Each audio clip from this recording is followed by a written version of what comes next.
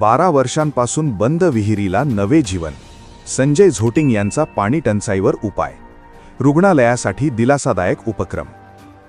पांढरकवडा येथील उपजिल्हा रुग्णालय पांढरकवडा परिसरातील अनेक वर्षांपासून बंद अवस्थेत असलेली विहीर पुन्हा कार्यान्वित करण्यासाठी संजय झोटिंग, माजी शहर प्रमुख, शिवसेना उबाठा यांनी स्तुत्य उपक्रम हाती घेऊन संजय झोटिंग यांनी या कामाची प्रत्यक्ष पाहणी करून स्वखर्चाने तसेच वैद्यकीय अधीक्षक डॉक्टर वैशाली सातुरवार व संदीप दीपक जाजुलवार यांच्या सहकार्याने स्वच्छता मोहिमेला सुरुवात केली आहे.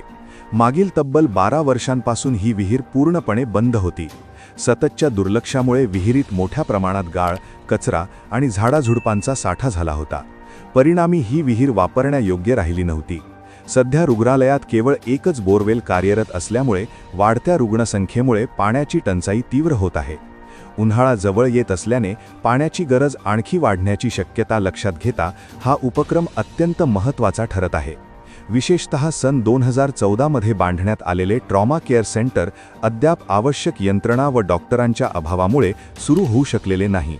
मात्र भविष्यात हे केंद्र सुरू झाल्यास तसेच सध्या कार्यरत असलेल्या डायलिसिस सेंटरसाठी मोठ्या प्रमाणात पाण्याची गरज भासणार आहे.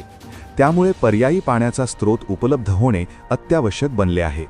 गेल्या 3 दिवसांपासून विहिरीतील गाळ उपसणे, कचरा काढणे आणि परिसर स्वच्छ ठेवण्याचे काम सातत्याने सुरू आहे. या मोहिमेत स्वखर्चातून राबवण्यात येणाऱ्या या कार्याचे सर्वत्र कौतुक होत आहे. हा उपक्रम सामाजिक बांधिलकीचे उत्तम उदाहरण ठरत आहे.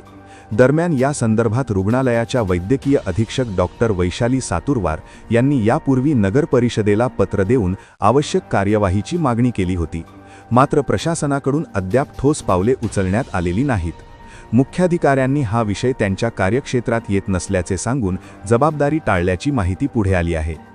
नवनिर्वाचित नगर परिषद अध्यक्ष अतिश बोरेले यांनी या प्रश्नावर लवकरच ठराव घेऊन पुढील कार्यवाही करण्याचे आश्वासन दिले आहे. ही विहीर पुन्हा सुरू झाल्यास रुग्णालयातील पाणी टंचाई मोठ्या प्रमाणात कमी होऊन रुग्णसेवेला मोठा दिलासा मिळणार आहे. हा उपक्रम भविष्यातील सार्वजनिक समस्यांवर संजय झोटिंग यांच्या प्रयत्नातून उपाय शोधण्याची नवी दिशा देणारा ठरत आहे.